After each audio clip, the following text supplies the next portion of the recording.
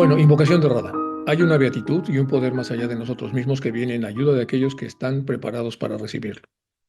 Nos dirigimos respetuosamente hacia aquella beatitud, aquellas grandes fuentes de las cuales emanan incesantemente la fortaleza y la inspiración, hacia todos los que estamos resueltos a abandonar el yo personal para desarrollarnos, aprender, compartir fraternalmente, practicar altruismo y servir sin reservas. Nos dirigimos también con respeto a los grandes seres de luz, a los hermanos mayores y divinidades que ayudan a la humanidad, en especial a nuestros amados Chohan, Mahachohan y maestros de sabiduría.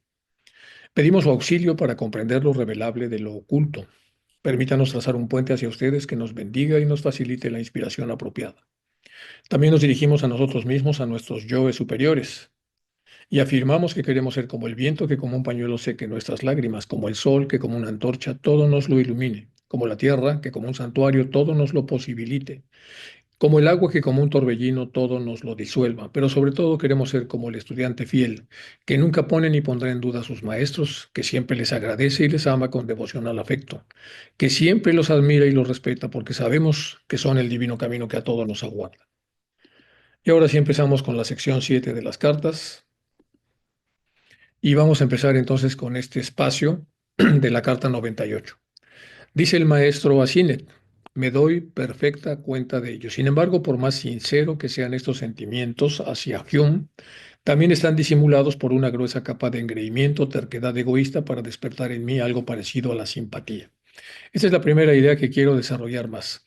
Respecto a los buenos sentimientos que pueda tener Hume con el maestro, suponemos que Sinet en su carta le dijo que en realidad no es tan malo Hume, sino que guarda buenos sentimientos hacia el maestro y el maestro aquí le contesta, dice, claro que me doy cuenta de ello, dice, sin embargo, por más sincero que sean esos sentimientos que usted dice que Hume tiene hacia mí, también están disimulados por una gruesa capa de engreimiento y terquedad egoísta para despertar, para que pueda despertar en él algo parecido a la simpatía por mí. Es más o menos lo que dice esta zona y la voy a desarrollar.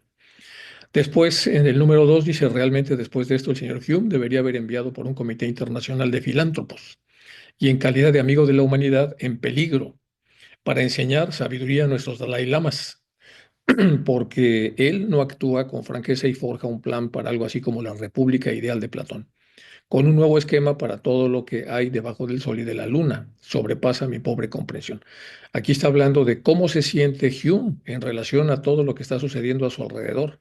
Se siente como un enviado divino, que, con la capacidad para que formar un comité internacional de filántropos que él podría dirigir y en calidad de amigo de la humanidad en peligro para poder enseñar la sabiduría a todos, incluidos los Dalai Lamas. Bueno, eso es más o menos lo que dice el maestro para, como para enseñarnos en qué situación está Hume. Está en una situación en donde tiene una gruesa capa de engreimiento y terquedad. Entonces vamos a desarrollar un poco esta idea. Para esto vamos a hablar un poco de Hume para ver por qué está pasando lo que está pasando y por qué está sucediendo lo que estamos viendo ahí. Bueno, en la carta, eh, en la carta 98 que está recibida en Alabad, dice que lo entiende perfectamente, sin embargo, bueno, aquí viene supuestamente el maestro le escuchó a Sinet hablar a favor de los buenos sentimientos de Hume y el maestro contesta lo que ya había comentado, me doy perfectamente cuenta de ello. Bueno, vamos a analizar un poco el tema de Hume para ver qué es lo que estaba pasando, por qué fue seleccionado Hume por parte de los maestros, qué había hecho en aquel entonces. Vamos a revisarlo brevemente. Hume nació entonces en Kent el 6 de junio del 29 y vamos a ver cuáles son sus antecedentes. Era nieto de un director de la Compañía de Indias Orientales e hijo de un célebre reformador político en Inglaterra, miembro del Parlamento, que era Joseph Hume. Fue educado en el Colegio de la Compañía de las Indias Orientales en Haileybury y continuó sus estudios en el University College Hospital de Londres, donde estudió medicina y cirugía. Esto es su antecedente. En 1849, el joven Hume zarpó hacia la India y un año más tarde ingresó al servicio de la Compañía de las Indias Orientales, que era la que le había patrocinado pues, prácticamente todo en su vida. El entonces órgano de gobierno de la India, que estaba supeditado por los británicos en Bengala.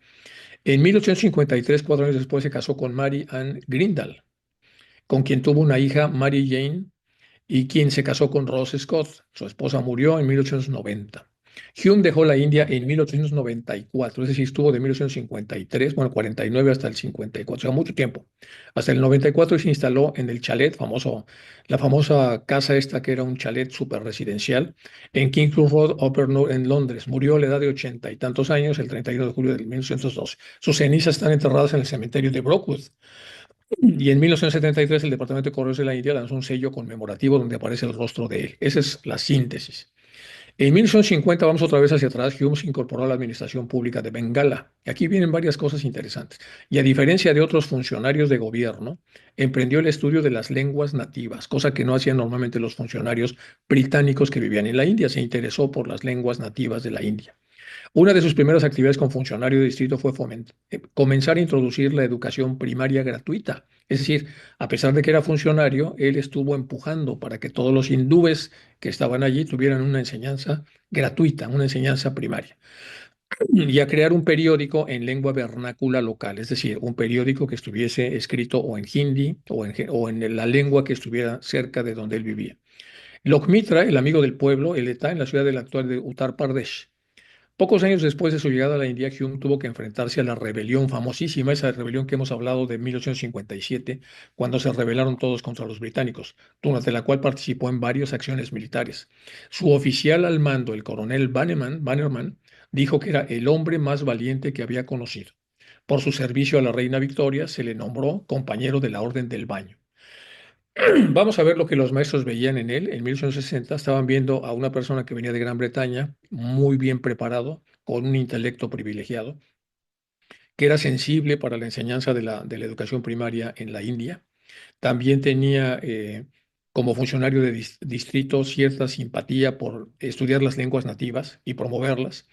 Y al mismo tiempo tenía un valor especial que pudo mostrar en la rebelión durante los actos de guerra. Entonces se veía un prospecto, perdón, muy interesante. Fue progresista en sus ideas sobre la reforma social. En 1857 había establecido 181 escuelas con más de 5.000 estudiantes, incluidas dos niñas que normalmente no estaban permitidas en las escuelas, las mujeres. Abogó por la educación de la mujer y estaba en contra del infanticidio y la viudez obligatoria. Posteriormente fundó becas para la educación superior y sostuvo que la educación jugaría un papel clave para evitar revueltas, como la famosa rebelión esa que había habido en la India. En 1863 promovió escuelas separadas para delincuentes juveniles en lugar de que los encarcelaran. Sus esfuerzos promulgaron la apertura de un reformatorio juvenil que no existía, pero que existió gracias a los buenos oficios que tuvo. Hume se estableció en Etawah, un distrito comercial conocido como Humengang. La escuela secundaria que ayudó a construir con su propio dinero todavía está en funcionamiento. Ahora como un centro universitario de primer ciclo, y se decía que tenía un plano que se semejaba mucho a la letra H de Hume. Esto, según algunos, era una indicación del ego imperial de Hume. Bueno, eso sí, vamos a ponerlo entre comillas. En 1870, después de haber hecho todas esas cosas, por supuesto que llama la atención de los maestros. Había escalado a cargo de director general de Agricultura del gobierno central, pero tenía problemas con sus colegas y ahora sus políticas reformistas se tornaron más controvertidas. Y aquí es donde viene un poco la vinculación con Sinet. Era muy franco y nunca temió criticar cuando pensó que el gobierno estaba equivocado, es decir, era muy autocrítico. A menudo se comprometía en todos los aspectos de la administración con sus opiniones críticas.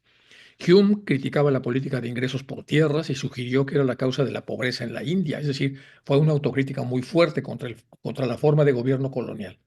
Hume propuso desarrollar plantaciones de leña para proporcionar un combustible sustituto para la calefacción y la cocina, de modo que el estiércol pudiera devolverse a la tierra y no utilizarse como combustible. Fue en contra de las autoridades y sus superiores se irritaron e intentaron restringir sus poderes porque todo el tiempo estaba de alguna manera haciendo ajustes. El gobierno de Lord Lytton lo destituyó de su cargo en la Secretaría. Esto lo llevó a publicar un libro sobre la reforma agrícola en la India en 1879. Nos estamos acercando ya a las épocas en donde los maestros empiezan a tomar nota de una persona progresista que está muy vinculada al desarrollo de la pobreza. La prensa declaró que su principal error era que era demasiado honesto como para estar de funcionario e independiente. Entre los periódicos que protestaron se encontraba el Pioneer, cuyo director era Sinet, y ahí viene el contacto, quien escribió que se trataba del acto de corrupción más grosero jamás perpetrado el haber atacado a Hume, cuando Hume lo que estaba tratando de hacer era realmente mejorar el estatus de los gobernados, en este caso de los ciudadanos de la India. Hume regresó a un puesto menor en el gobierno provincial después de ser despedido en Allahabad, donde entabló una amistad con el señor Sinet a raíz de lo que Sinet hizo en el Pioneer, y finalmente se reunió con Blavatsky y Olcott a finales de ese año. Finalmente, en el 82 se jubiló anticipadamente de la administración pública, pero siguió trabajando activamente para mejorar la vida nacional en la India. Este es Hume. Y es el Hume que lamentablemente se desvió en su camino, pero vamos a ver, era un gran prospecto por los sentimientos que tenía, por la fuerza que tenía y por las acciones que tomaba para que todo estuviera mejor. Quiero que vean esto y por qué el maestro pues dice lo que dice en relación a cuando Hume se desvía un poco del camino. En la carta 56 hay que recordar que se dice lo siguiente. Esta fue una carta recibida en 1883. Dice, ahora me toca a mí, amable amigo, interceder para que se trate con indulgencia, especialmente con una indulgencia muy prudente al señor Hume, dice el maestro. Y le pido a usted que me preste mucha atención, dice el maestro Asinet. No debe usted descuidar un elemento que tiene mucho que ver con su bajeza moral. Aquí está hablando de Hume que se desbarrancó, uno que ciertamente no excusa su culpa, aunque la mitiga. Se siente impulsado y medio enloquecido por poderes malignos que ha atraído hacia él y ha quedado preso en los mismos debido a la confusión innata de su moral.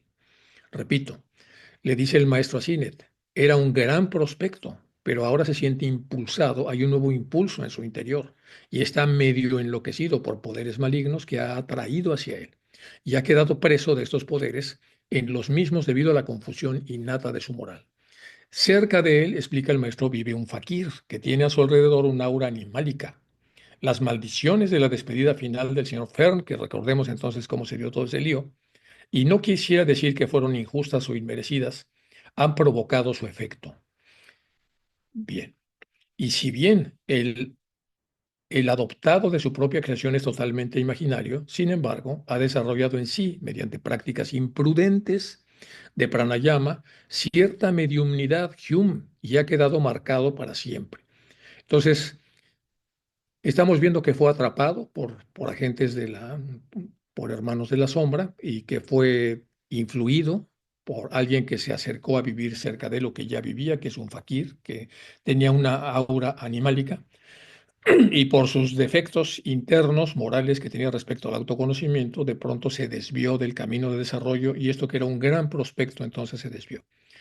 Ha abierto de par en par la puerta a influencias de mala procedencia y a partir de ahora es casi impermeable a las buenas influencias, es decir, lo han jalado completamente, de modo que no debe ser juzgado indiscriminadamente como una persona que ha pecado con entera y cabal y completa deliberación. Repito, dado lo que está explicando el maestro Sinet, dice, no debemos juzgarlo indiscriminadamente como una persona que ha pecado con entera, cabal y completa deliberación, porque está de alguna manera intervenido o poseído. Evítelo, pero no lo enloquezca todavía más, porque ahora es más peligroso para alguien que como usted es incapaz de combatirlo con sus propias armas. Usted no puede combatir lo que le está pasando a él. Es suficiente que lo conozca tal como es ahora, de manera que esté prevenido y sea prudente en el futuro, puesto que en el presente él ha conseguido echar a perder nuestros planes más prometedores. Con esto nos damos cuenta de por qué entraron en la cabeza de Hume, para echar a perder un poco parte de los planes iniciales de la teosofía. Él se encuentra ahora en un momento que durará semanas y posiblemente meses de máxima vanidad egoísta y combatividad, en el que es capaz de realizar las cosas más desesperadas. Así pues, mi buen amigo, piénselo dos veces antes de provocar una crisis cuyos resultados podrían ser muy serios.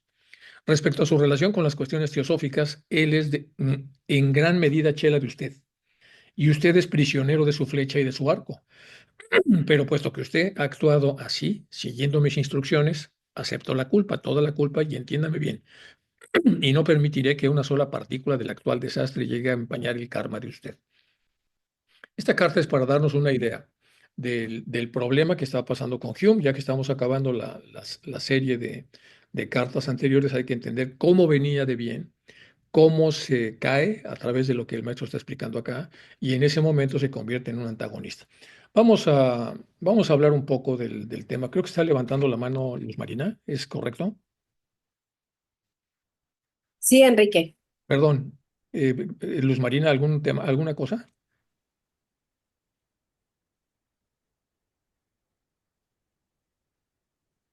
No. No sé si tenga acceso al micrófono, al teléfono. Sí, están abiertos. Ah, ¿Qué ok, pasó, ok. Es Luz que no Marina? lo podía abrir. Es que me parecía importante, Enrique, que tú dijiste que eso había pasado por una práctica de pranayama que hizo Hume, ¿verdad? Eso dice la carta, que O sea que una al hacer práctica esa práctica, vinculada a ya la influencia que tenía el fakir y que fue mal hecha y que eso abrió canales, pero no los canales que habitualmente pasan con el pranayama, que es la respiración que se hace con una fosa nasal y con la otra, y etcétera. Ya sabemos cómo se hace la porque fosa. HPV nos ha prevenido en que no practiquemos no hagamos esa práctica porque puede exponer a complejidades serias. Entonces Claro. veo que aquí se confirma el tema. Sí, sí, sí, sí, así es. Listo, Sí, gracias. ahí lo comenta el maestro. Tiene que Sí. hacerse bajo mucha supervisión, normalmente de una persona muy desarrollada, Ujú. y que con la invocación apropiada de las protecciones correctas para que pueda esto realizarse. Y Y es a sobre, través, y es a través de esta práctica que él rompe alguno, hace algún roto en su aura, digo yo, y pudo ser permeable a esa influencia del puede factor. ser, puede ser, no lo explica con tantísimo detalle el maestro, pero más o menos Ok, lo ok, explica bien. Y yo listo. aquí voy a hacer un pequeño análisis del tema. Gracias, Luz Marina, Gracias, por gracias. la aclaración. Vamos ahora con lo que dice el maestro en relación a lo que le pasa a Hume, que es que lamentablemente ya afectó el desarrollo de la teosofía porque fue tocado por este fakir que tenía pues toda la intención de malograrlo. Eso es lo que deja entender. Bueno, vamos ahora con, dice él, una gruesa capa de engreimiento y terquedad egoísta, y como los maestros son tan precisos en las frases que utiliza, voy a analizar. Bueno, cerca del vive un fakir que tiene a su alrededor una aura animálica. Las maldiciones de la despedida final del señor Fern, que fue todo un rollo, ¿se acuerdan? Todo ese tema. Y no quisiera decir que fueron injustas o inmerecidas, han provocado el efecto. Es una mezcla de varias cosas.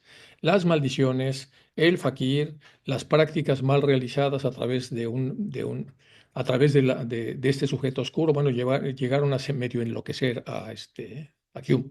Vamos a ver, engreído. Hay que recordar que el sánscrito es un idioma eh, en donde cada concepto tiene una serie de conceptos concomitantes o conceptos similares. Se llama polisémico.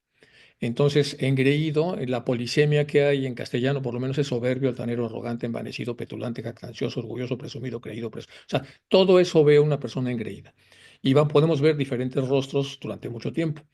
Lo contrario es el humilde, modesto y sencillo. Por otro lado, dice el maestro que es engreído y la capa de obstinado, bueno, el obstinado, tenaz, testarudo, empecinado y obcecado, que es lo contrario, sería transigente y comprensivo. Y abajo tenemos los comportamientos concomitantes de acaparador, codicioso, ambicioso, avaro, interesado y egocéntrico, con abnegado, altruista y misericordioso. Este tema es importante que lo expliquemos bien. Quiero tocarlo con mucho cuidado. Bien. Uno de los grandes problemas que tenemos, incluso desde la antigua Grecia hasta hoy, y tiene mucho que ver el- el- los primeros concilios de la Iglesia Católica, es poner una categorización en donde lo alto y lo bajo son cosas diferentes. Una persona que está en lo alto, pues no puede pasar a lo bajo porque tendría que salirse de la categoría de lo alto para pasarse a otra categoría. Sí, salir de una pecera para entrar en otra. Cuando la enseñanza desde la antigua Grecia era que no es cierto, lo alto y lo bajo son lo mismo, es un camino. El bien y el mal es el mismo camino. Si uno se descuida, es el mismo camino el que lleva al mal. Y si uno se concentra, pues es el mismo camino el que lo regresa al bien. No son dos cosas y eso es muy importante. Son las famosas líneas de continuidad. Por eso hay que ver aquí lo que dice el maestro, una gruesa capa de engreimiento y terquedad egoísta. Entonces, de terco tenemos obstinado, tenaz, testarudo, y de egoísta tenemos aquí acaparador, codicioso, ambicioso, y de engreimiento tenemos soberbio, altanero. Bueno, ya tenemos nuestras tres variables. Y entonces, estas son las líneas. De engreído hacia humilde, pues hay una línea. Luego tenemos de obstinado, tenaz, testarudo hacia lo que sería transigente y comprensivo, hay otra línea. Y desde abnegado, altruista, misericordioso, acaparador, codicioso, etcétera, pues tenemos prácticamente otra línea. Y el problema entonces de Hume es que tiene que recuperar la línea. Y en la línea lo vemos acá, tenemos desde muy humilde, modesto, sencillo y comprensivo. Si vamos bajando por esa misma línea, porque no nos damos cuenta, ahora ya no somos muy humildes, sino humildes, modestos, sencillos y comprensivos. Luego poco humildes, poco modestos, poco sencillos. Luego estamos a la mitad, ignorancia de la continuidad. Y luego ya tenemos lo mismo de la línea. Ahora somos un poco soberbios, arrogantes y engreídos. Si bajamos más, somos regularmente soberbios y más abajo somos muy soberbios. Es decir, si nos descuidamos, es la misma línea que nos llevó para arriba, la misma línea que nos lleva para abajo. Tenemos que mantener entonces esto, que es muy importante por lo que está diciendo el maestro, y quiero analizarlo con cuidado. Entonces aquí tenemos la postura existencial de este lado de la separatividad y tenemos postura existencial en Hume. Esto, por supuesto, es un supuesto. Dice, ser y estar. Soy británico, nací en el imperio más grande del mundo como lo fue en la época victoriana. Soy superior a cualquiera que no haya nacido allí. Yo nací allí, soy superior, punto. Soy valiente, es lo que acaba de decir mi comandante en jefe. Omito al mirarme ser obstinado, egoísta y engreído. Eso no lo veo. Soy merecedor de obtener por cualquier medio los secretos del ocultismo, porque soy valiente, porque soy superior, porque he hecho mucho por la India. ¿Cómo es posible que le den este tipo de conocimiento y poderes a personas de razas inferiores y no a mí? Lo buscaré con el fakir que vive en la esquina de mi casa. Bueno, esto es, por supuesto, pura suposición. Abajo tenemos la continuidad existe de humilde y soberbio con dos cosas en la misma línea, completamente humilde, bastante humilde, abajo poco soberbio, hasta completamente soberbio. Bueno, ahí se movió Hume. De este lado, la continuidad no existe. Entonces, si no existe, pues es de muy humilde a poco humilde, pero yo sigo siendo humilde, no más que poco humilde. O sea, ahí se acabó. Entonces, para poder empezar a ser engreído, tendría que inaugurar otro esquema. La percepción correcta, nominación correcta. Estoy en un continuo en el lado de la humildad, que del otro lado está la arrogancia y soberbia. Me debo cuidar, porque es el mismo camino. Es la misma línea, es la misma soga. Y del otro lado, la percepción errónea, nominación incorrecta, soy humilde. Nada que sea puede dejar de ser lo que eres. Yo soy humilde, ahora soy poco humilde, pero no puedo dejar de ser humilde porque en la poca humildad se termina la línea. No sé si me haya dado a entender, pero quiero que veamos esto con mucho cuidado porque aparentemente es lo que le pasó a Hume y es lo que está explicando el maestro. Entonces, respecto a las categorías que tenemos los principios intermedios, que sí son verdaderos principios intermedios, tenemos los principios superiores, arriba de lo que sería ya el plano átmico, y luego hacia abajo lo que es el plano físico, con toda la historia que tenemos todos desde que somos encarnados. Bueno, y luego tenemos aquí la zona donde estamos. Aquí está una línea punteada para ver entonces que el tema de espiritualización en el arco descendente, estamos aquí, en lo más abajo, estamos metidos en el fango, relacionados con lo peor de la magia, de la oscuridad, y de ahí tratamos de salir para volver otra vez a recuperarnos en el arco ascendente, todos ya lo sabemos. Bueno, todo esto ya está más o menos explicado. Y ahora lo que necesitamos nada más es regresar a la carta para entender por qué el maestro está hablando como está hablando. O sea, se descuidó Hume, a pesar de las enormes posibilidades que tenía, se descuidó. Se le juntaron varias cosas y bueno, ya vimos la cantidad de problemas que tuvo. Dice el maestro, amén, mi querido amigo. Usted, a usted debería considerársele responsable por no haber hecho salir de la cabeza de él, es decir, de Hume, la idea gloriosa de ofrecer sus servicios como director general de escuelas para el Tíbet. Como ya estaba muy tocado, Hume dijo, yo creo que puedo llegar a ser director general de todas las escuelas del Tíbet para que se reformen. Reformador de las antiguas supersticiones y salvador de las generaciones futuras, dice el maestro. Naturalmente, si él leyera esto, diría inmediatamente que yo razono como un mono amaestrado, dice el maestro, dice. El maestro, dentro de la tristeza supuestamente que tiene por haber perdido a lo que hubiera sido un gran prospecto de desarrollo por la teosofía, está tratando de alertar a Sinet con una prosa muy franca y muy dura respecto a lo que le pasó a su amigo, en este caso a Hume. Y ahora escuche al hombre charlando sobre aquello de lo que no sabe nada. Lo hemos perdido. Ninguna persona viviente es más libre que nosotros, una vez que hemos pasado la etapa de discípulos. Durante ese tiempo debemos ser dóciles y obedientes, pero nunca esclavos, dice el maestro.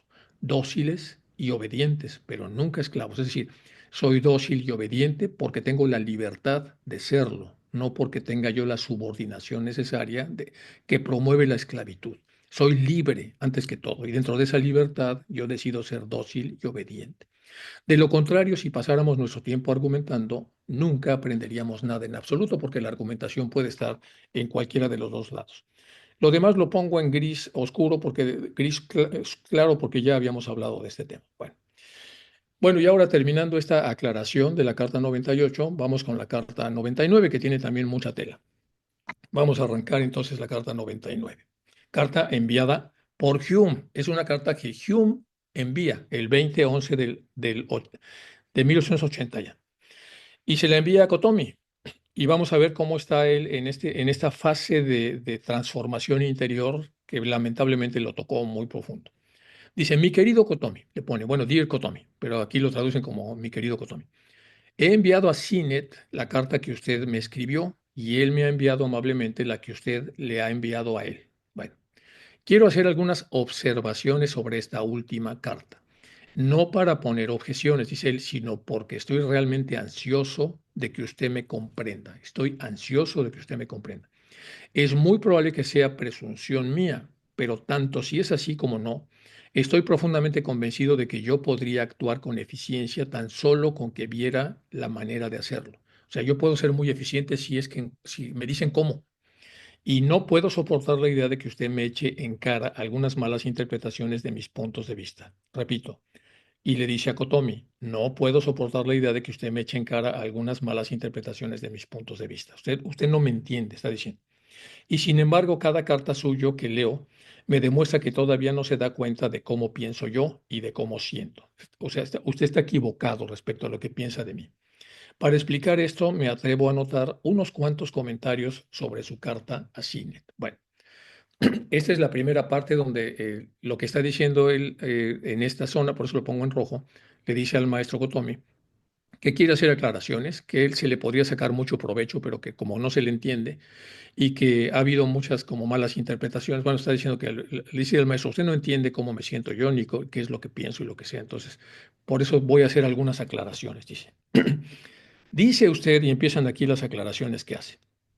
Usted ha dicho que si Rusia no consigue apoderarse del Tíbet, estamos hablando de 1880, sería debido a que ustedes metieron, o sea, que los maestros ayudaron a que esto no sucediera y que al menos en esto ustedes merecerían nuestra gratitud. Eso, así arranca. No estoy de acuerdo con esto en el sentido que usted le da, le dice Hume.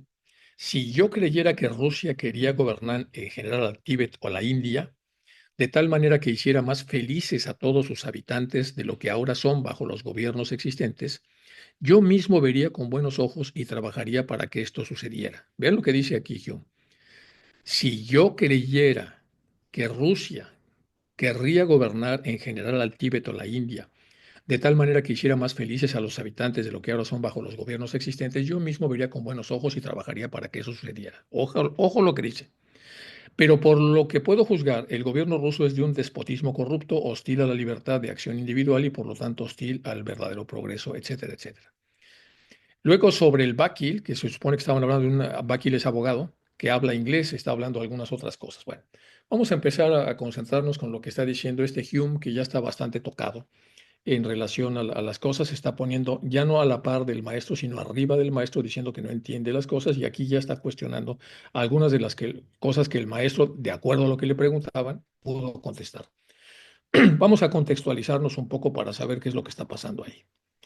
Bueno, ¿cuál es el contexto de este comentario que se está haciendo sobre si Rusia podría o no competir con China para entrar en Tíbet en 1880?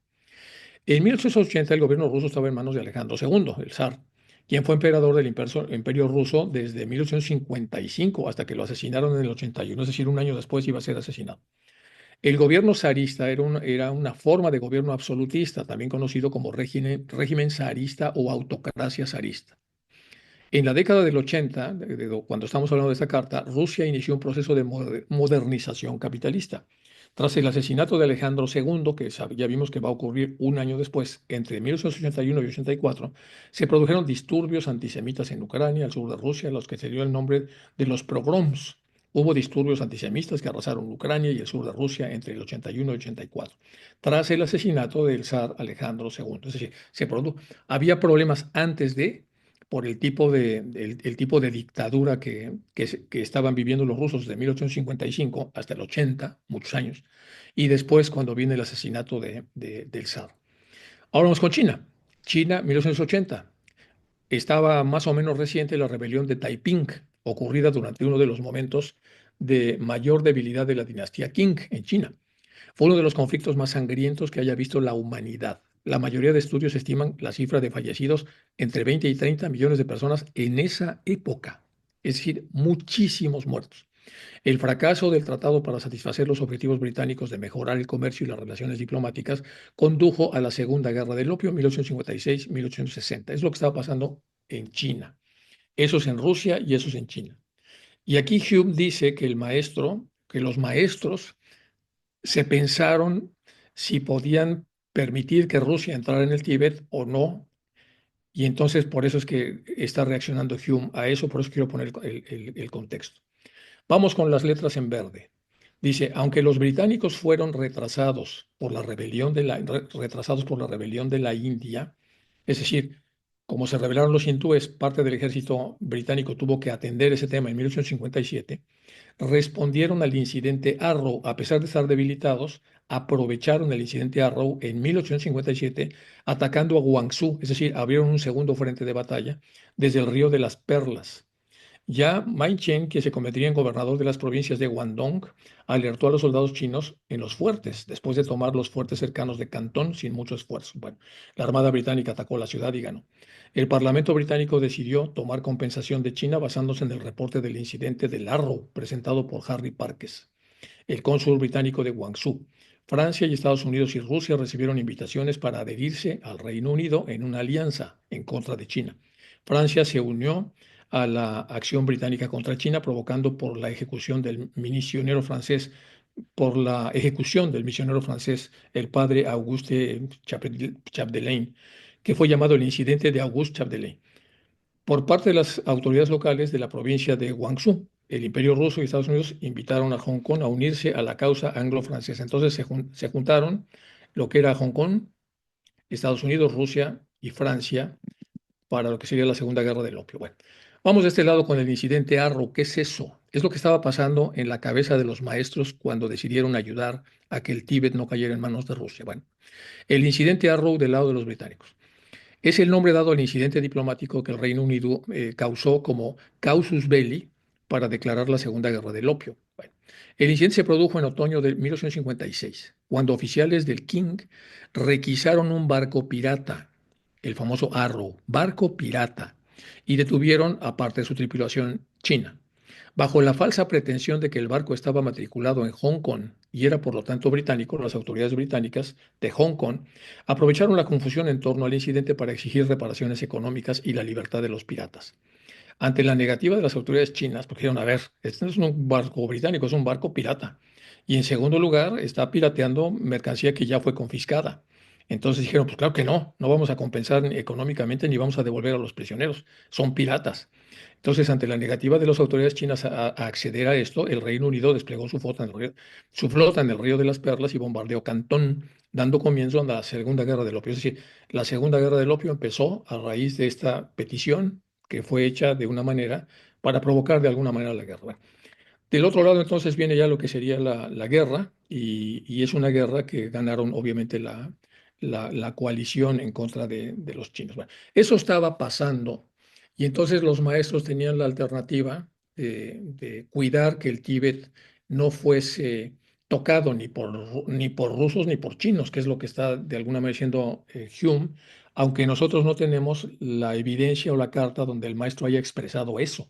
Se supone que Hume está hablando de algo que él escuchó o leyó o vio o entendió que los maestros habían dicho respecto a Rusia, y él lo que hace es pronunciarse en contra de que de que eso estuviera bien. Con eso en la mente, entonces podemos entender si es que fuera cierto esto, porque no lo sabemos, no tenemos de viva voz lo que el maestro puede haber declarado, solamente lo que Hume dice que el maestro dijo.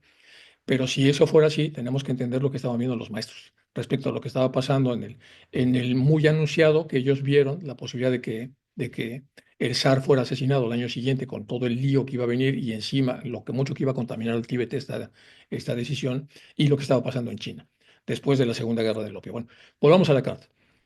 ¿Es el hombre tan culpable, dice el maestro, dice Hume, usted y los suyos no le han enseñado nunca que había algo en la yogvidia? Las únicas personas que se han tomado la molestia de educarle, de algún modo, el hacerlo, lo educaron en el materialismo y usted está disgustado con él. Pero, ¿de quién es la culpa? ¿Acaso yo juzgué como una persona ajena, pero a mí me parece que el velo impenetrable del secreto con el que ustedes se rodean? Fíjense lo que dice aquí el maestro. Bueno, en la parte de arriba está hablando, por supuesto, del abogado. El abogado que dice que sí es culpable por ser materialista, porque de alguna manera ellos, como no comparten el conocimiento, son de alguna manera responsables. Bueno, pues trata como de ponerlo en ese contexto. Y dice más abajo, dice, ¿acaso yo juzgué como persona ajena? Pero a mí me parece que el velo impenetrable del secreto con el que ustedes se rodean y las enormes dificultades que ponen a la comunicación de su conocimiento espiritual son las causas principales del auge del agresivo materialismo que usted tanto deplora. Ojo, dice, ustedes son culpables de que el materialismo que ustedes mismos deploran crezca porque ustedes no comparten con nosotros el conocimiento espiritual porque tienen ahí un velo impenetrable. Es lo que está diciendo el maestro, lo que está diciendo Hume al maestro. Solo ustedes poseen los medios para demostrar de un modo concluyente al común de la gente corriente argumentos convincentes de esta naturaleza, pero ustedes, manifiestamente ligados a las antiguas reglas, lejos de difundir con dedicación este conocimiento, lo rodean de una nube de misterio tan espesa que naturalmente la humanidad en general no cree en su existencia. Ustedes son culpables del escepticismo a este respecto. No puede haber ninguna justificación para no dar al mundo con nitidez los aspectos más importantes de su filosofía, acompañando las enseñanzas con una serie de demostraciones que atraigan la atención de todas las mentes sinceras, dice Hume. Comprendo perfectamente que vacilen ustedes en otorgar a la ligera poderes importantes de los que probablemente se abusaría, pero esto no impide, en modo alguno, la exposición dogmática de los resultados de sus investigaciones psíquicas, acompañadas de fenómenos suficientemente claros y repetidos a menudo, para demostrar que en realidad ustedes saben más de los temas con los que tratan de los que sabe la ciencia occidental. Bueno, vamos a hablar de la argumentación que tanto habla Hume. Está hablando mucho de argumentación, pero los maestros también están hablando de que el modelo argumentativo no es suficiente para poder transmitir las verdades. Bueno, empezamos entonces con solicitud argumentada. ¿Qué es eso? La argumentación es la expresión de un punto de vista a través de argumentos razonados, con el objetivo de influir en la opinión, la actitud o el comportamiento del destinatario.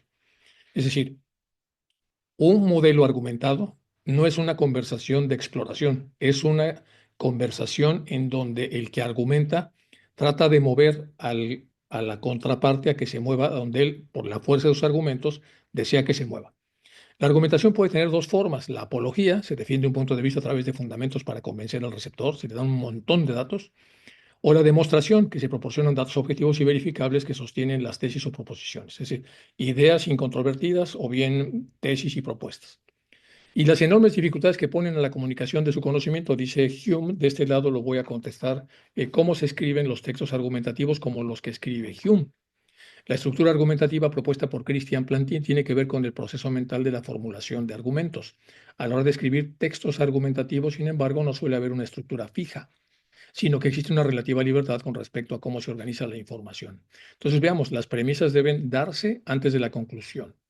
Las premisas requieren su demostración ya sea a través de ejemplos o de lógica, planteamientos hipotéticos o referencias sobre casos de autoridad.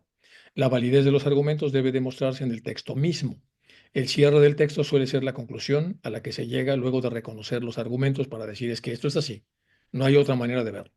La retórica es el arte de utilizar el lenguaje de manera eficaz para persuadir, conmover o deleitar a un interlocutor. Se trata de una disciplina teórica y aplicada que se centra en la construcción de discursos persuasivos y en la teorización de cómo conseguirlos. Es decir, Hume estaba bastante versado en lo que es la prosa argumental. Y como está bastante versado en lo que es la prosa argumental, entonces le resultó razonablemente fácil escribir estas cartas, sobre todo cuando ya estaba tocado mentalmente. Probablemente usted contestará lo siguiente. ¿Y qué pasa con el caso de Slade? Pero no hay que olvidar que él estaba recibiendo dinero por lo que hacía, ganándose la vida con ello. Sería muy diferente la posición de un hombre que se presentara para enseñar gratuitamente con manifiesto sacrificio de su propio tiempo, de su comodidad y de sus conveniencias, a lo que él creyera que sería bueno para que la humanidad supiera. No hay duda de que al principio todo el mundo diría que el hombre estaba loco o que era un impostor. Pero después, cuando fenómeno tras fenómeno se fueron repitiendo y repitiendo, tendrían que admitir que había algo en ello. Y en el término de 3 años, usted tendría todas las mentes más despiertas de cualquier país civilizado interesadas en la materia por haber observado lo que eran capaces de hacer. Y decenas de miles de investigadores inquietos, de los cuales un 10% podrían convertirse en trabajadores útiles.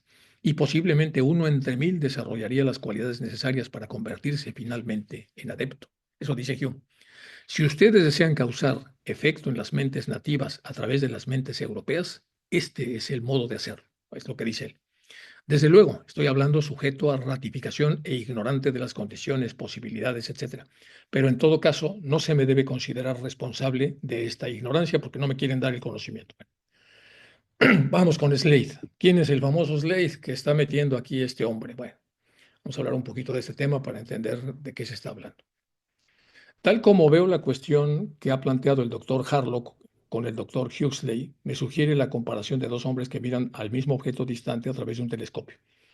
El doctor, habiendo tomado las precauciones habituales acerca del objeto para el cual puede ser estudiado con tranquilidad, pero naturalista, habiendo olvidado quitar la tapa y solo ve el reflejo de su propia imagen. Dice, uno de los dos no ha quitado la tapa del telescopio y nomás lo que hace es verse a sí mismo. Bueno, aunque a los materialistas se les pueda resultar difícil responder incluso a las breves críticas del doctor, parece que las conferencias del señor Huxley en Nueva York, tal como se me presentan en su desolación desnuda, sugieren una idea primordial de que el señor Harlock no ha mencionado. Apenas necesito decirle a ustedes quiénes deben haber leído el informe de estas conferencias supuestamente inconclusas, iconoclastas, de que esta idea de las falsas pretensiones de la ciencia moderna, después de todo el alarde que acompaña a su llegada, todas las expectativas que se habían despertado, desde todos los temores secretos de la Iglesia y el triunfo previsto de los materialistas, ¿qué nos enseñó que fuera realmente nuevo o tan sumamente sugerente? Nada absolutamente, si excluimos un vistazo de su personalidad, el sonido de su voz bien entrenada, etc. Este es un artículo muy largo que escribe Blavatsky en Light el 26 de octubre de 1976, al cual está haciendo referencia Hume. Entonces, esta es la introducción. Blavatsky va hablando de lo que pasó con Harlock y Huxley, y luego voy tomando nada más trozos porque es muy largo el artículo. Dice, ya se ha demostrado que la doctrina de la evolución en su conjunto, aquí viene ya el detalle, que la doctrina de la evolución en su conjunto se enseñaba en el Rig Veda. Acuérdense que la doctrina de la evolución en el caso de Gran Bretaña nace con Lamarck, de Lamarck pasa a otros autores hasta que llega el famoso viaje de 3 años, a través del cual se saca el libro del origen de las especies. Bueno, es más o menos la ruta, pero lo que está diciendo aquí este artículo de Blavatsky dice que esa teoría en su conjunto ya se enseñaba en el Rig Veda. Y también puedo añadir, dice Blavatsky, que se puede encontrar en el más antiguo de los libros de Hermes, lo mismo. Esto es bastante malo para la pretensión de originalidad de nuestros científicos modernos, dice Blavatsky. Esto, el hecho de encontrar estas citas antiguas respecto a lo que ellos están poniendo como original, es muy malo, dice, por eso esto es bastante malo para las pretensiones de originalidad de nuestros científicos modernos. Pero, ¿qué se puede decir cuando recordamos el hecho de que el mismísimo caballo pedáctilo, el hallazgo de cuyas huellas ha alegrado tanto al señor Huxley, fue mencionado por escritores antiguos como Herodoto, Plinio, si no me equivoco, y alguna vez fue ridiculizado escandalosamente por los académicos franceses, que aquellos que desean verificar el hecho de la filosofía de la ciencia oculta del Salberti traducida por el Todd Thompson? Bueno, aquí viene la cita para que nosotros podamos ver a qué se refiere esto. Algún día se descubrirán pruebas tan concluyentes, esta es la parte final de este artículo. Algún día se descubrirán pruebas tan concluyentes de la fiabilidad de los escritores antiguos como de sus pruebas sobre cuestiones psicológicas.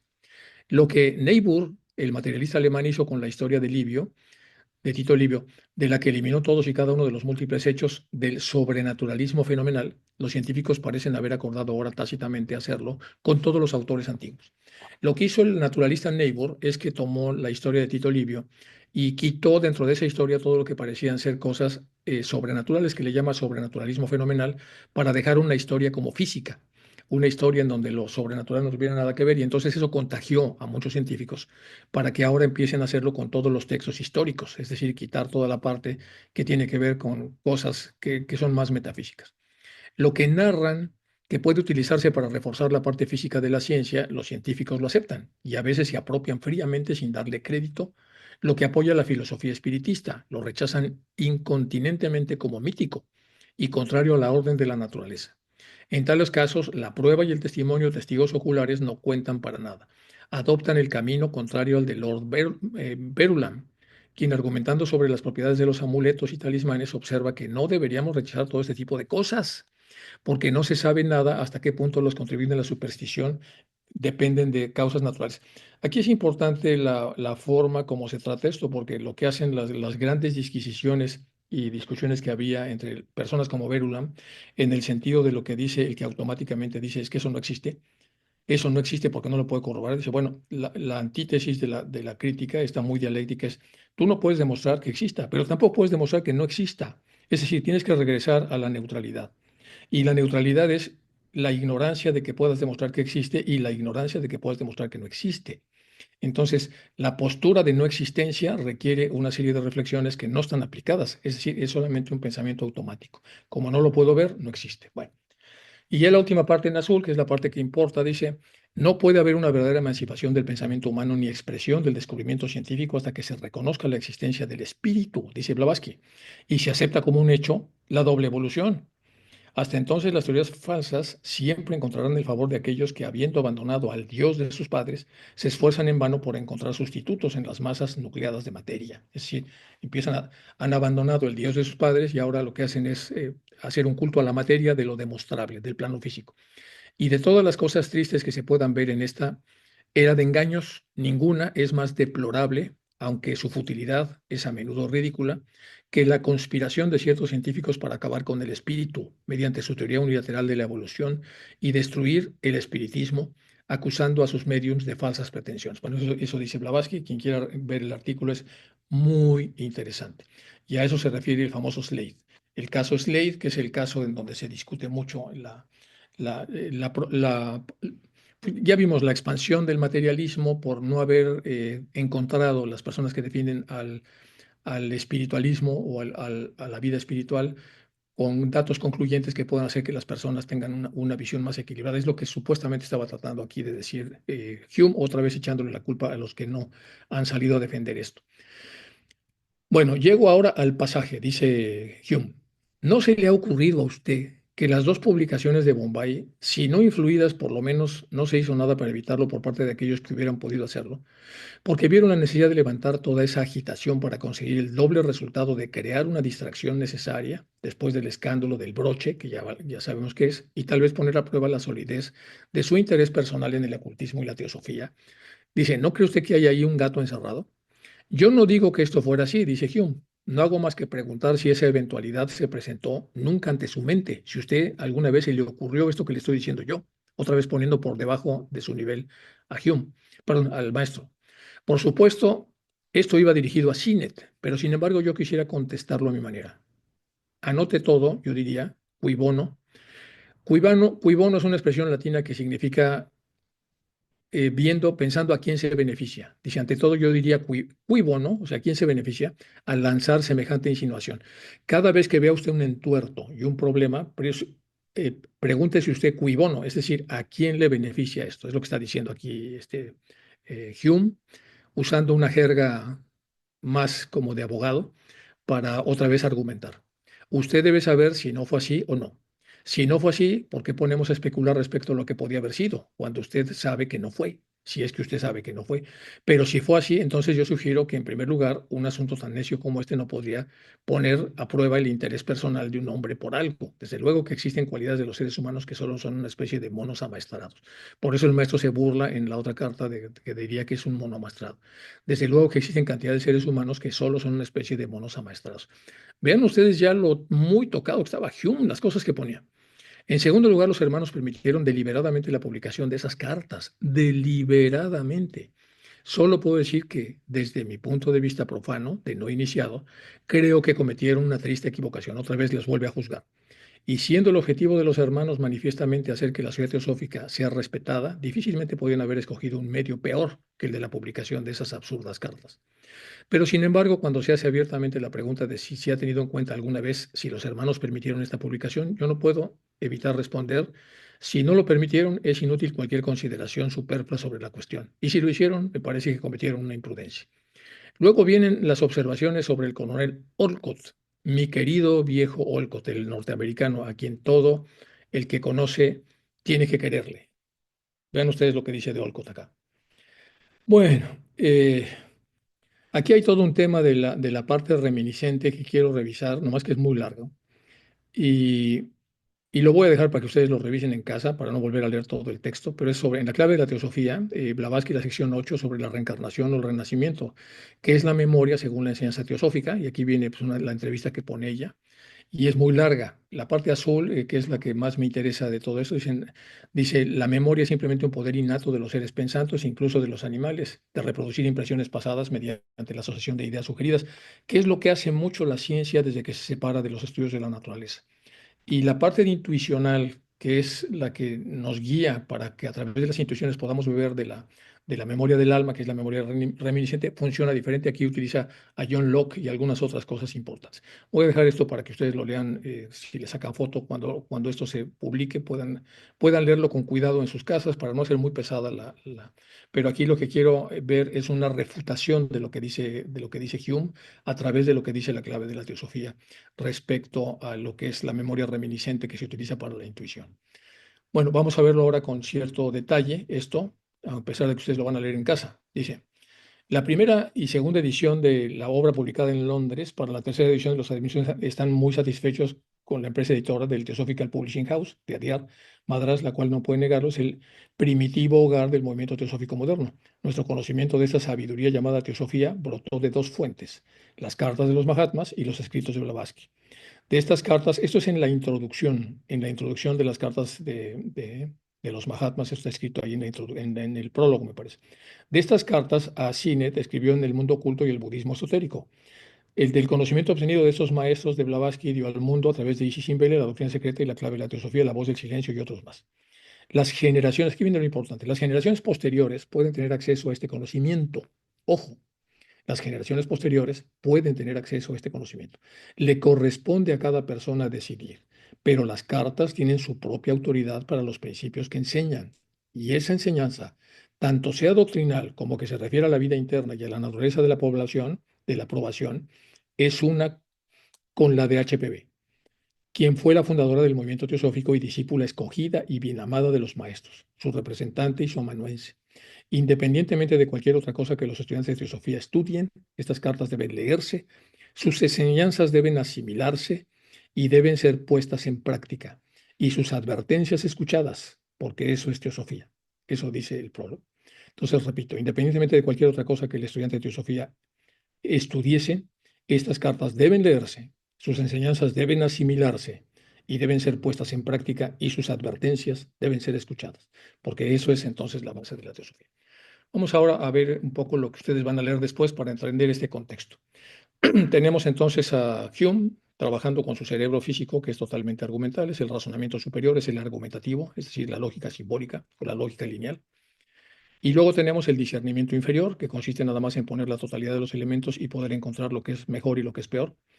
Y entonces dice, depende por completo de las condiciones sociales y morales de la gente, de su disposición hacia las cuestiones más profundas y misteriosas que puedan incitar a la mente humana. Esto es de lo que no leímos. Los poderes divinos en el hombre y las posibilidades contenidas en la naturaleza. Bueno, eso es lo que ustedes van a leer ahí para poder darle sentido a esto. Entonces aquí el problema está entre el discernimiento inferior y el superior, y el razonamiento superior. Aquí la persona más desarrollada utiliza el discernimiento inferior y sabe que entra en un lugar ignoto, entre comillas. Ignoto para la memoria evocable, pero bastante ignoto para la memoria reminiscente. Se deja llevar por su intuición y entra en el discernimiento superior A.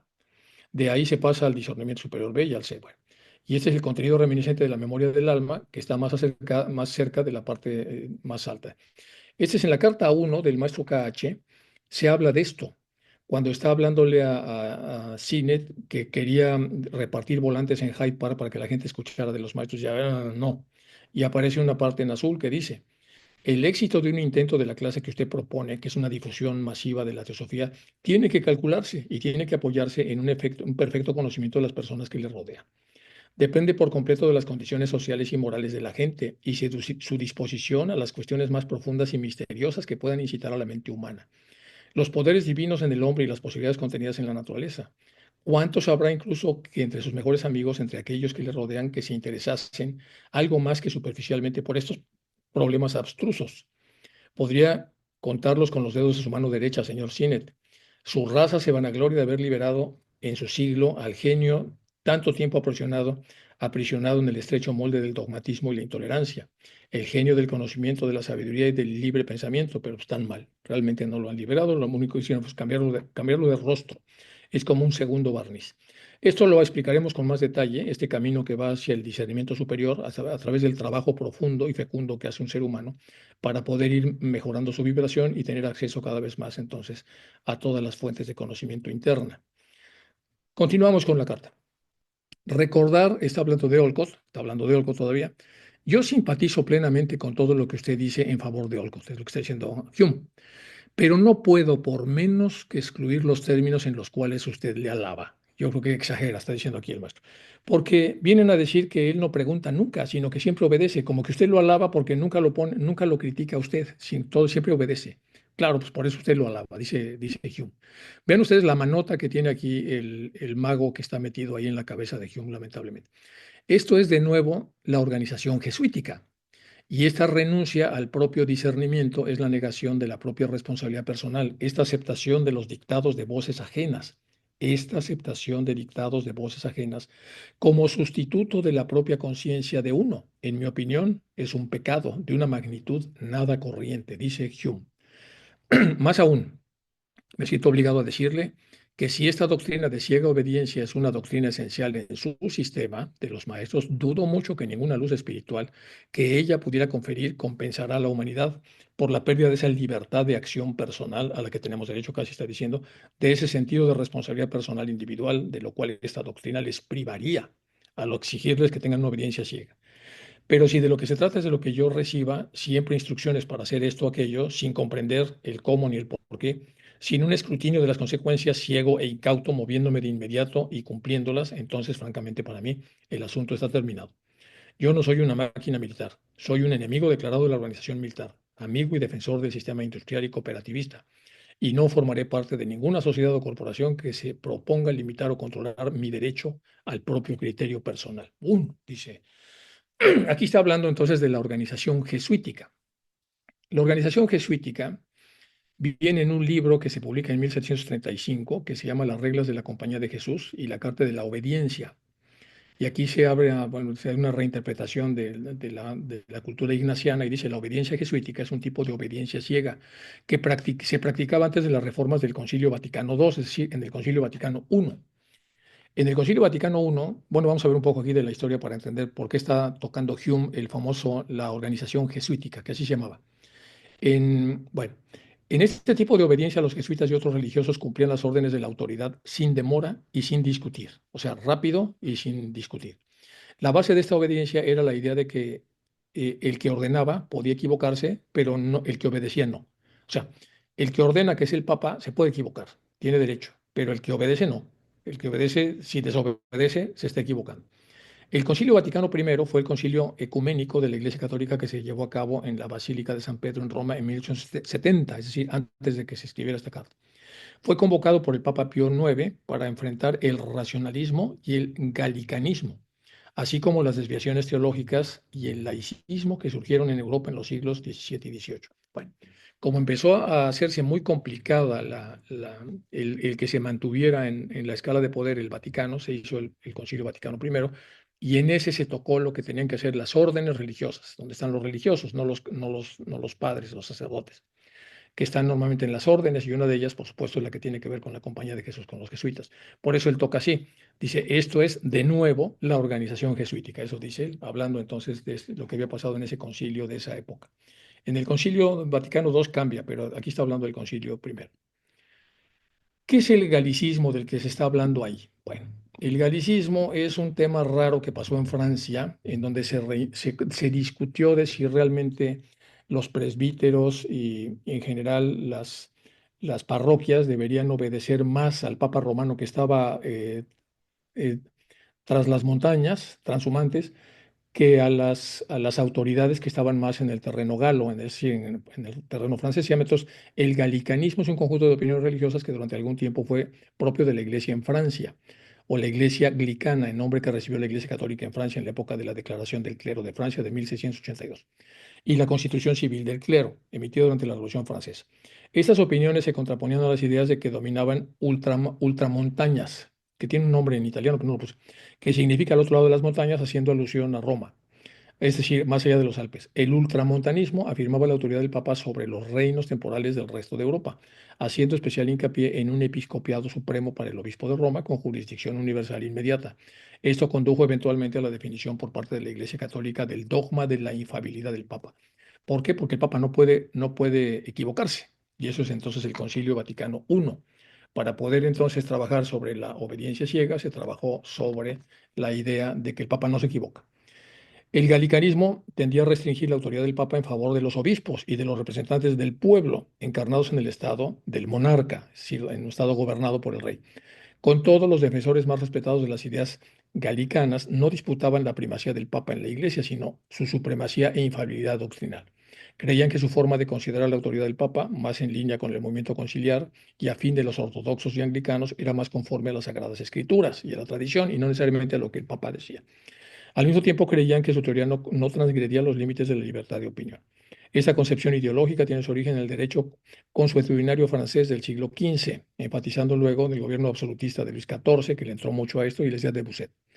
Bueno, aquí estamos hablando entonces de la discusión que se hacía sobre la infalibilidad que había aparecido en el Concilio Vaticano I.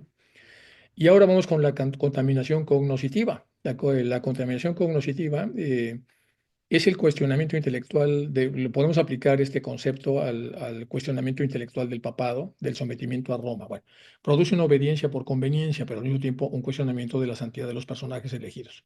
Por contagio de la espiritualidad de las elecciones papales podría contaminar la espiritualidad. Se llama cognitive contamination. Yo tengo un artículo de eso, lo puse ahí por si quieren ustedes rastrearlo y leer. Y aunque fue aplicado a cuestiones de geriatría, pero ahí viene el concepto de lo que es la contaminación cognoscitiva. Los primeros años, los papas eran elegidos por clérigos, miembros de las comunidades y laicos. Acuérdense que que un papa podría en aquel entonces ser nombrado incluso por un seglar, es decir, por una persona laica que tuviera las condiciones necesarias y era nombrado entonces por las comunidades, por los laicos y por los clérigos. Pero en el año 1139 cambiaron las cosas. Quedó como competencia exclusiva de cardenales. En la teología de la Iglesia Católica, la infalibilidad papal, entonces empezaron a haber problemas, porque ahora la elección era diferente, era solamente por un pequeño grupo de obispos, de cardenales, perdón. Bueno, la infalibilidad papal o infalibilidad pontificia constituye el dogma de 1870, según el cual el Papa estaría preservado a cometer cualquier error cuando promulga la Iglesia una enseñanza dogmática en temas de fe y moral, bajo el rango de solemne definición pontificia o declaración ex cátedra. Como consecuencia, una verdad de fe, ninguna discusión se permite dentro de la Iglesia Católica y se debe acatar y obedecer incondicionalmente, ya lo vimos hace un momento. La Iglesia Católica considera la infalibilidad del Papa como efecto de una especial asistencia de Dios que hacia el romano pontífice cuando éste se propone definir como divinamente revelada una determinada doctrina sobre la fe o la moral. Bueno, aquí hay mucho, mucho que leer sobre uno de los argumentos que está poniendo Hume al, a su carta. Y aquí ya terminamos la carta. Dice, desde luego, no soy un doctrinario, dice Hume. Yo no deseo servirme de ningún principio como si se tratara de un caballo de batalla. Volviendo a Olcott, vean ustedes lo que dice aquí, vean, agárrense de la silla. Volviendo a Olcott, yo no creo que su relación con la sociedad propuesta fuera ningún mal. En primer lugar, dice, yo no me opondría en absoluto a la supervisión del querido viejo Olcott, porque sé que sería puramente nominal. Y aunque él tratase de hacerlo de otra manera, tanto Sinet como yo somos completamente capaces de hacerlo callar si interfiriera innecesariamente. Pero ninguno de los dos podríamos aceptarlo como nuestro guía, porque ambos sabemos que intelectualmente somos superiores a él. Esta es una manera brutal de exponerlo, dice el mismo Hume, pero como diría un francés, que es que voulez-vous, sin la franqueza absoluta no se llega al entendimiento. El que es que voulez-vous es el ¿qué quiere usted? Pues así, las cosas son como son, más o menos sería una traducción de pues, las cosas son como son. ¿Qué quiere usted? Bueno, sinceramente suyo, Hume. Bueno, terminamos esta carta compleja que mandó Hume cuando ya está tocado. Y por supuesto, aquí vamos a entrar en la otra sección, que sería la carta número 100. La tengo preparada en otro texto. Entonces voy a dejar hasta acá para que podamos analizar la carta que hemos presentado el día de hoy. Déjenme poner nada más un marco. Y también quería comentarles que si cuando aparezca otra vez Magali, tengo ya preparada la parte de la diferencia entre el magnetismo y la hipnosis. Y si no entrara, voy a dejar en alguna de las exposiciones de las cartas un espacio como de 1 hora para poder presentarles la diferencia que surgió en una de las clases pasadas. Bueno, preguntas, dudas, comentarios o lo que ustedes quieran que podamos hablar para mejorar la comprensión de esta carta. Déjenme nada más un momentito para poner aquí una señal. Fin de la presentación. Y entonces nos quedamos en la carta 100.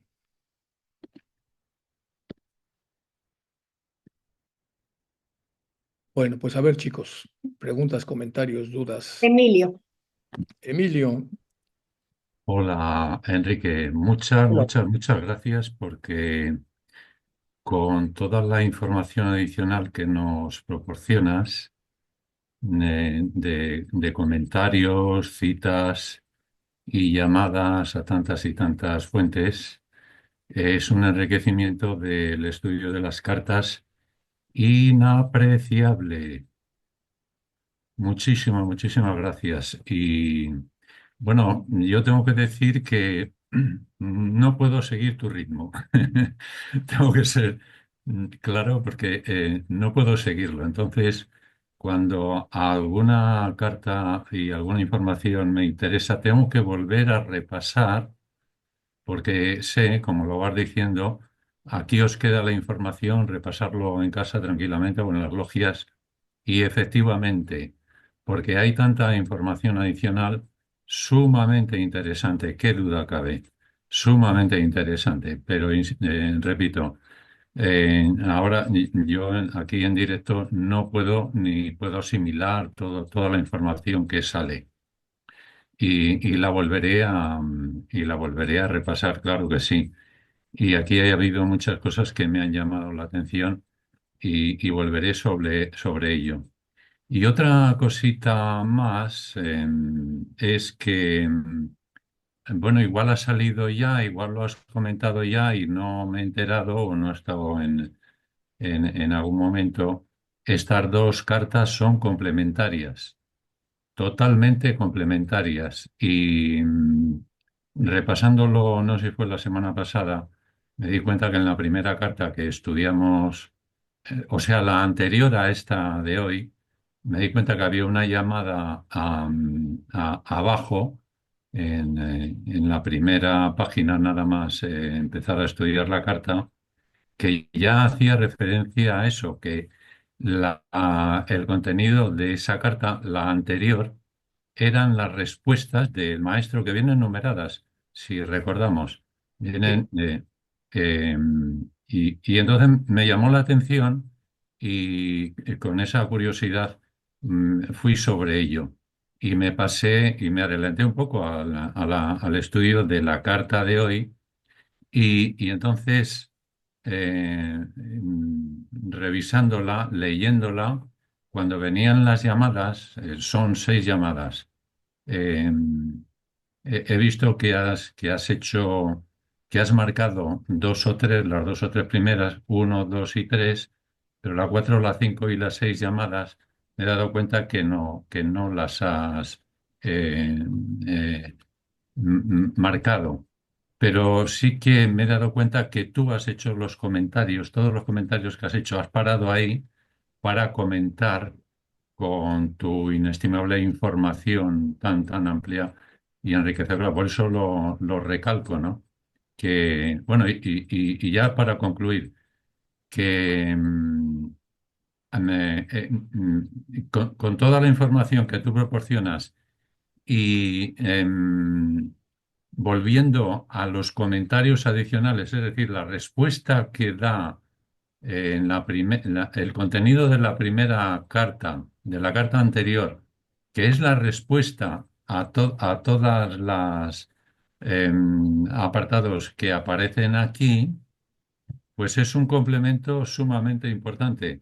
Bueno, yo lo digo aquí, lo digo así por si a alguien le puede interesar, porque yo lo voy a hacer.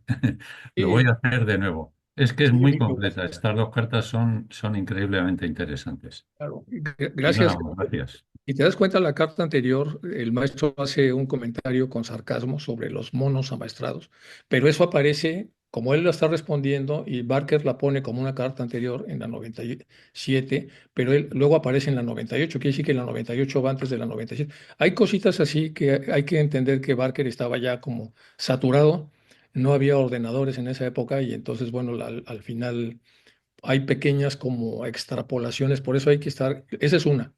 Y la otra es que muchas de los comentarios al calce son ya muy antiguos, son nada más, te explican y te reducen la comprensión de lo que se está diciendo.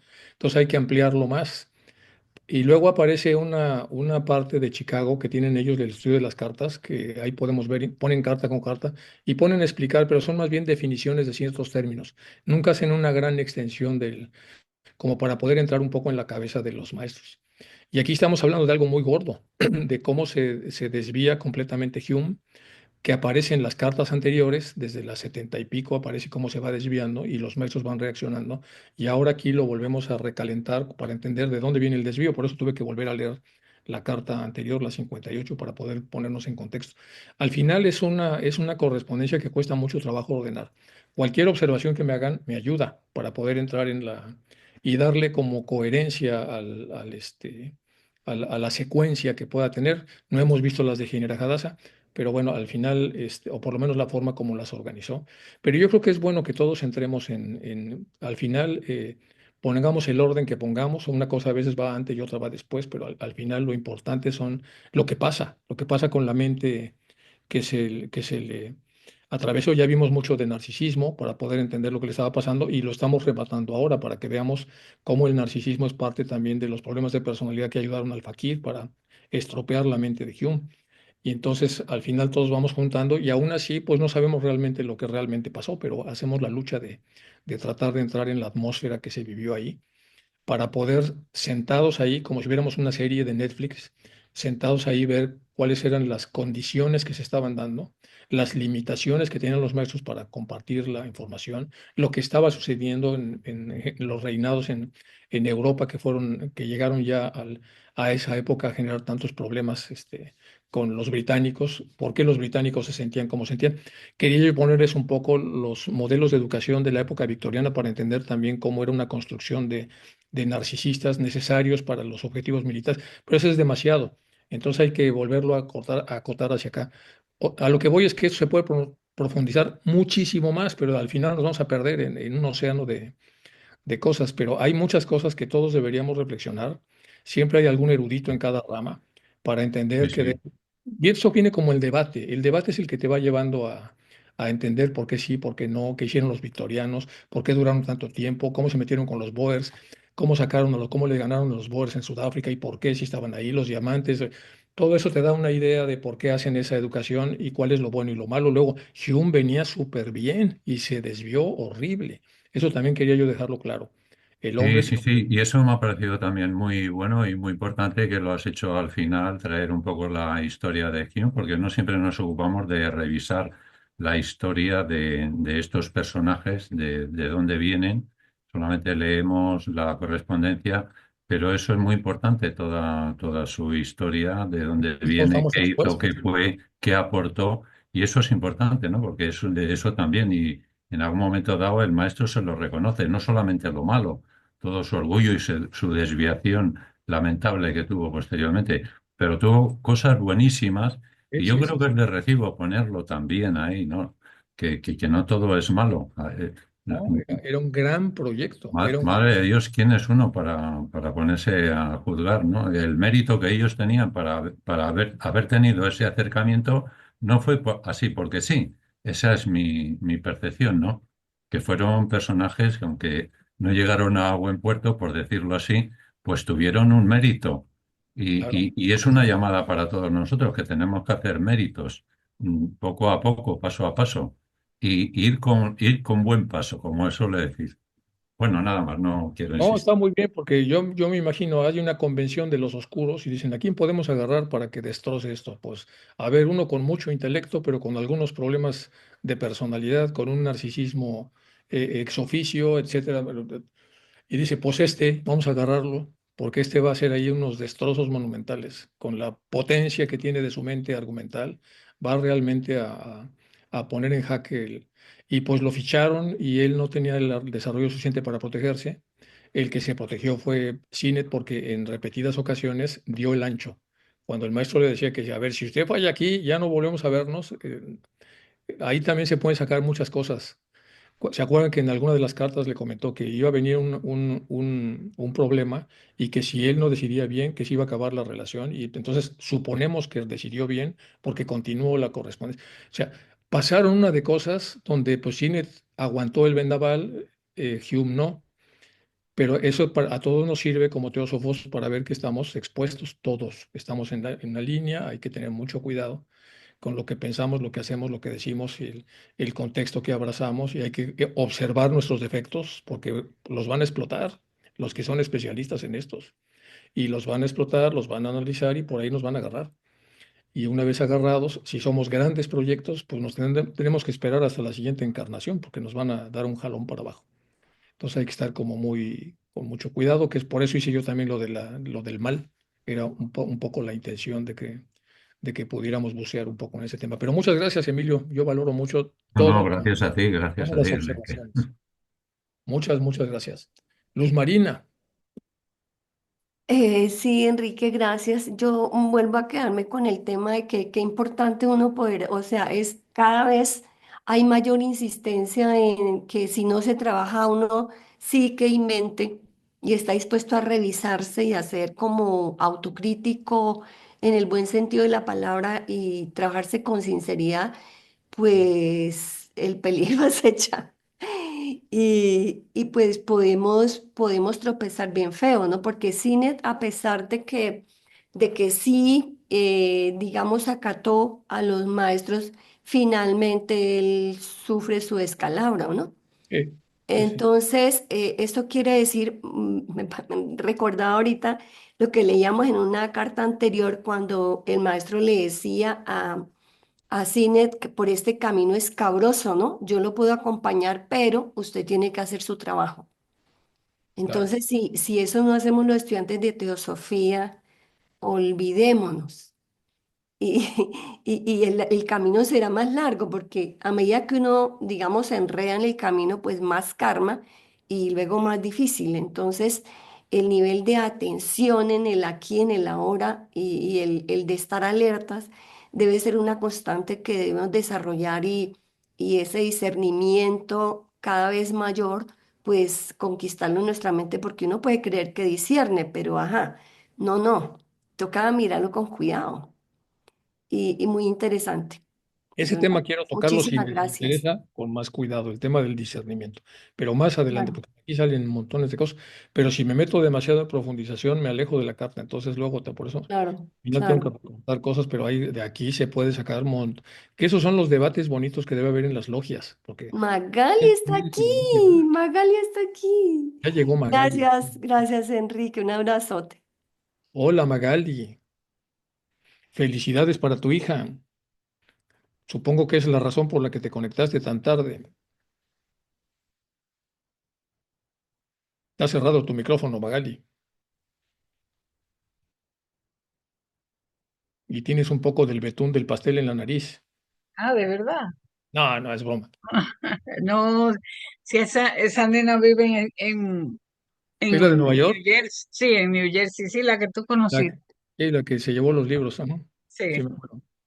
Y ahora bajó un poco la frecuencia de la cortadera de grama. Mm, Bueno, pues bienvenida. Tengo lo de Gracias. la hipnosis y eso les decía que un día que estés, porque tú habías pedido eso, lo tengo ya listo para. Ay, Y la sí. otra opción lo pongo al final, después de la carta, vamos a entrar en la 100 y luego ponemos un poco la diferencia entre magnetismo y hipnosis para ver un poco lo que le hicieron al pobre de Hume y lo que hacen los oscuros a veces con los teósofos despistados. Eso es Bueno, verdad. pues muy bien, chicos. Y con Magali, bueno, como dicen a veces los norteamericanos, good morning and goodbye, porque ya nos vemos Feliz, entonces. felicidades, porque ya comenzamos a ser feliz este año. Sí, ¿verdad? Sí, sí, ya lo que queda del año, olvidando el pasado y resolviendo ya lo que queda. Pues sí, los primeros 25 años de este siglo. Muy bien, chicos.